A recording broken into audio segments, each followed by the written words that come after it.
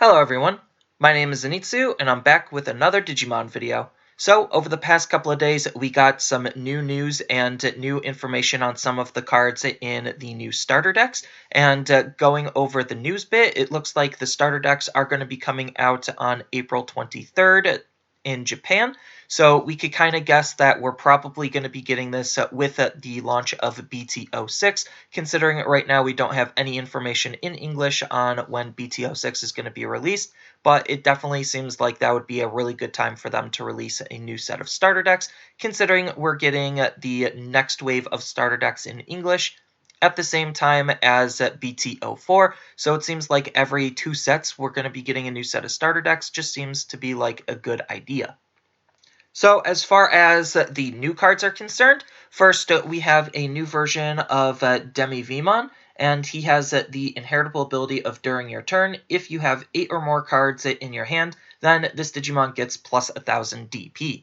So this is just another DP booster. It's playing with the fact that you want to have 8 or more cards in your hand. So I think this is just a pretty decent Digitama overall. I know a lot of people would rather prefer to have a draw engine as their Digitama, but since blue really lacks DP boosting, and this is a good way for blue to DP boost, because blue has so much draw in other areas, that I think this is a decent Digitama to be playing around with, depending on the deck and the style that you're going for. Next, we have a new Agamon. So this new Agamon is looking to be pretty decent because he has this really powerful inheritable skill of when attacking. When this Digimon is attacking a player, then it gets plus 2000 DP for the turn. So this is really nice because even if the opponent is deciding to block it, because your attack was declared to the opponent's security, then you are still going to be getting the DP boost, and that's just really, really decent. So this is just a really good generic buff for a lot of other Digimon to be playing around with in the rookie slot. Next, we knew that there was going to be a little bit of reprints in the new starter decks, so we have some alt art for those reprints. So here is the new alt art for Monzimon. Looks pretty nice. And then we have the new alt art for Gorillamon and Elecmon as well. And then for red, we have the new alt art for Groundgermon. And then we also get the new alt art for Dark Tyrannomon and Monodramon. And then we got some options spoiled from the starter decks as well. So we have Victory Sword. So this is a 3-cost blue option card, and it has a main ability of unsuspending one of our blue Digimon. So that's pretty interesting considering unsuspending our Digimon is something All-Force definitely likes to be doing. So it obviously wants to be played in All-Force, but just unsuspending a blue Digimon in general is really, really powerful, just because that means that we could use it in some aggressive or defensive applications. So it's really good to just unsuspend, so that way we could get an extra attack out of it if we need to push the aggression, or if we want to use it to like end our turn off, then we could utilize this card defensively to unsuspend our Digimon, so that way they can't attack into our Digimon, and basically acting like a pseudo reboot card. And then it has the nice security ability of being able to add itself to our hand, so that way we could figure out when is the best time to utilize this card, and then play it when we feel like we need to or are ready to. So this is a pretty interesting and pretty decent option card, but only time will tell how good this option card will actually be. And then the other option card is coming from the red starter deck, and it is going to be Lightning Joust. So Lightning Joust is a 1-cost red option card, and it has a decent main ability of one of your Digimon gets 2000 DP for the turn, and then if you have equal to or fewer security cards than your opponent, then one of your Digimon gains security attack +1 for the turn.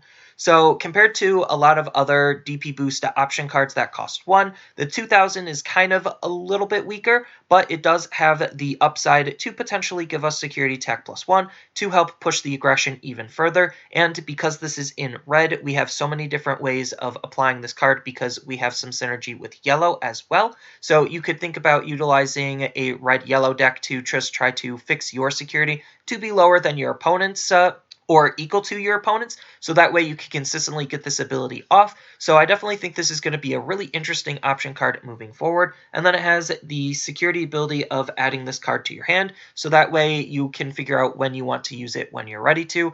But I definitely think this is a really interesting and a pretty decent option card to be running. And then we also got 2 new cards from BT06 Spoiled. So these are the first cards that we're seeing from BT06 with their abilities. So first up, we have Sistermon Blanc.